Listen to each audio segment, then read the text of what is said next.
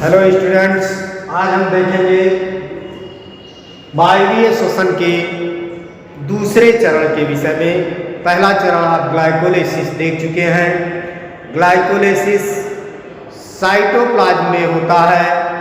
उसमें ऑक्सीजन की उपस्थित रहना या ना उपस्थित रहना कोई इफेक्ट नहीं पड़ता, लेकिन यदि कोशिकाओं में ऑक्सीजन उपलब्ध है तो वह ग्लाइकोलाइसिस से बना पायरुविक अम्ल माइटोकॉन्ड्रिया की भित्ति में ऑक्सीजन की उपस्थिति में pyruvic acid acetyl coenzyme A से क्रिया करके एसिटिल कोएंजाइम ए बनाता है, जहां पर दो अणु NAD2H का उत्पादन होता है। अर्थात एक अणु पायरुविक एसिड से एक अणु NAD2H का उत्पादन होता है।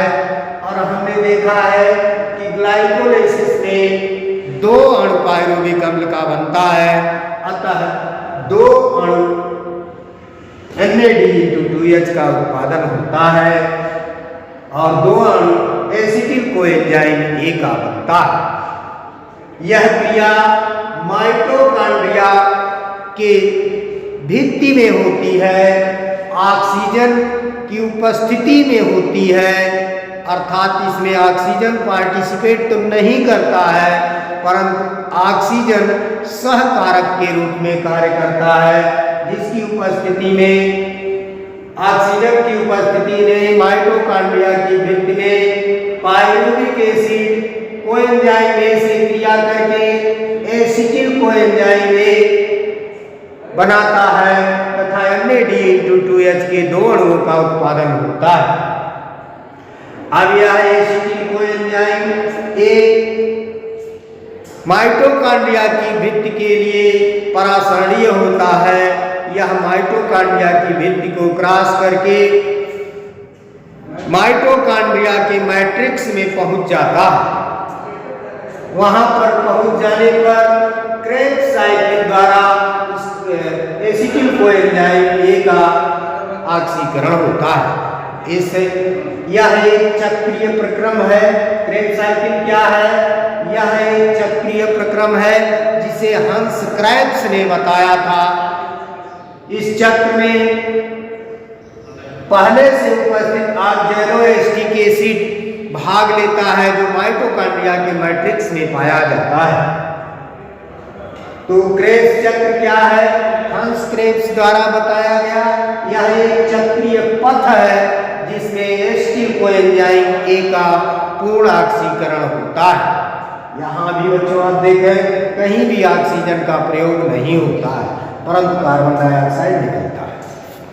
तो हम देखें क्रेब्स चक्र के विभिन्न पदों का वर्णन। यह कुल 9 पदों में है। आप 9 समीकरण बना करके लिख सकते हैं।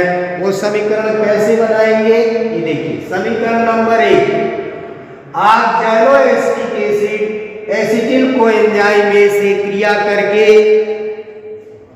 Oxaloacetic acid acetyl coenzyme A से क्रिया करके साइट्रिक एसिड बनाता है।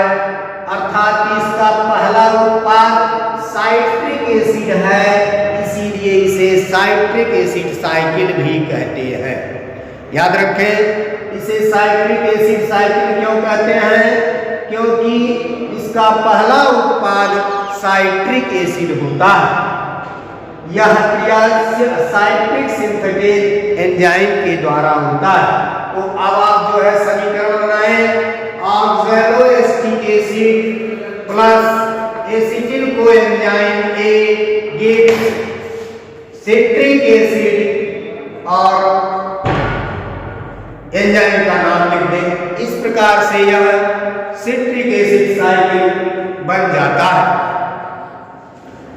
फिर दूसरे समीकरण में आप देख रहे हैं, तो यह साइट्रिक एसिड एकोनिडेज एंजाइम के द्वारा वह जो है एक अणु जल का त्याग देता है और सिस एकोनिटिक एसिड बना लेता है।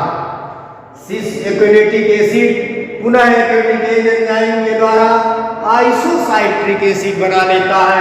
तो फिर दूसरा समीकरण आपका साइट्रिक एसिड गिव्स सिस एकिनेटेज एंजाइम, ऐसे लिखेंगे साइट्रिक एसिड गिव्स सिस एकिनेटेज एंजाइम प्लस H2O और इस पर एंजाइम का नाम। ऐसे ही आप करते जाएं, पूरा समझ लें। सिस एकोनिटेज एंजाइम फिर एकोनिटेज एंजाइम के द्वारा आइसोसाइट्रिक एसिड बना लेता है। अब यह आइसोसाइट्रिक एसिड डिहाइड्रोजनेज एंजाइम की उपस्थिति में NAD(2H) का उत्पादन करता है और फिर आर्जेलोसक्सिनिक एसिड में बदल जाता है। देखो बच्चों, यही NAD(2H) ETS में जाकर के 3 अणु ATP का उत्पादन करेगा।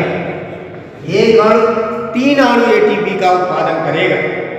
फिर ये आर्जेलोसक्सिनिक एसिड कार्बन डाइऑक्साइड का डीकार्बोक्सिलेशन करके डीकार्बोक्सिलेज एंजाइम के द्वारा अल्फा कीटोग्लूटारिक एसिड बना लेता है।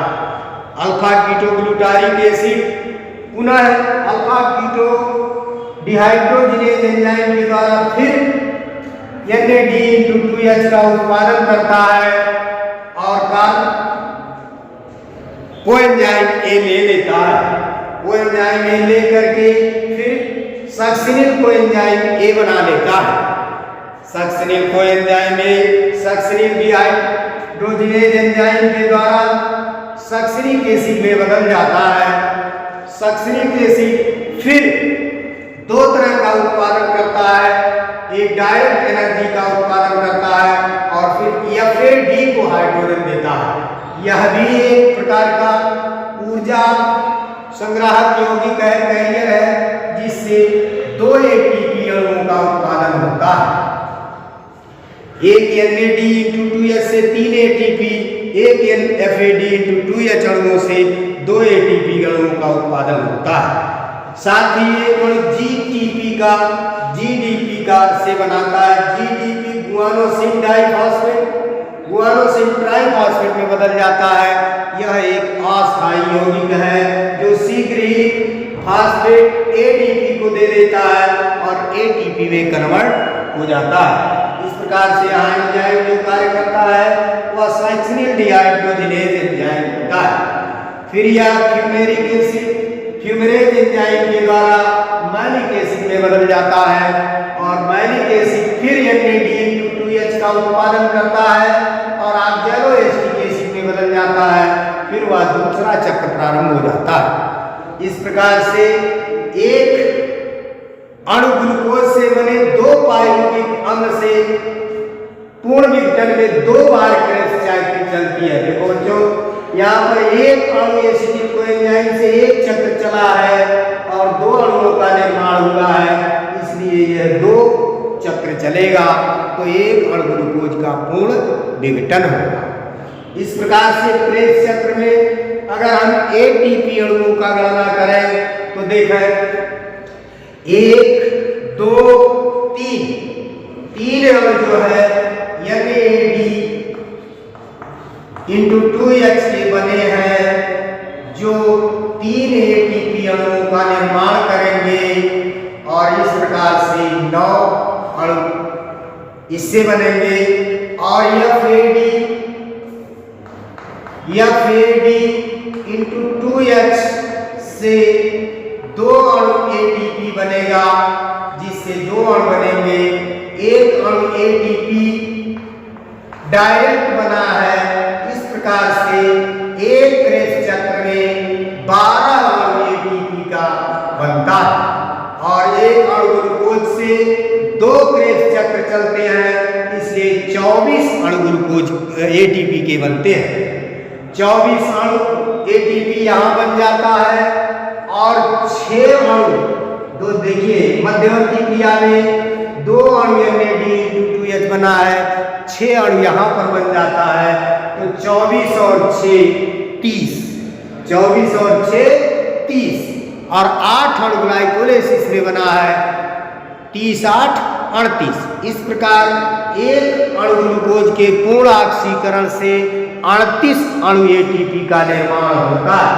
इसे पूरा साइकिल बना करके पूरा समीकरण बना डालें और इसे याद कर लें कि कैसे यह बनता है। देखिए एसिटिल कोएंजाइम से साइट्रिक एसिड से सेसिकोनेटिक एसिड, सिसेकोनेटिक एसिड से आइसोसाइट्रिक एसिड से ऑक्सैलोसक्सिनिक एसिड, फिर अल्फा कीटोग्लूटारिक एसिड, फिर सक्सिनिक कोएंजाइम में, फिर सक्सिनिक एसिड, फिर फ्यूमेरिक एसिड, फिर मैलिक एसिड, फिर ऑक्सैलोएसिटिक एसिड।